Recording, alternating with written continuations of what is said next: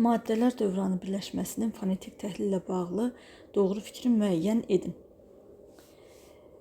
Asıl tərəfdə bir kar, 4 cingiltili samit səs işlənmişdir. Asıl tərəf, birinci tərəf maddələr sözüdür.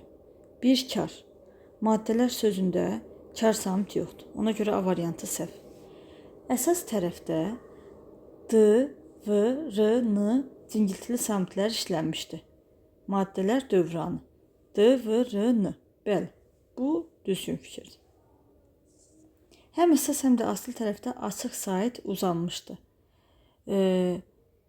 Dövranı sözündə uzanma yoxdur. Maddələr. Maddədə uzanma var, amma dövranda uzanma yoxdur.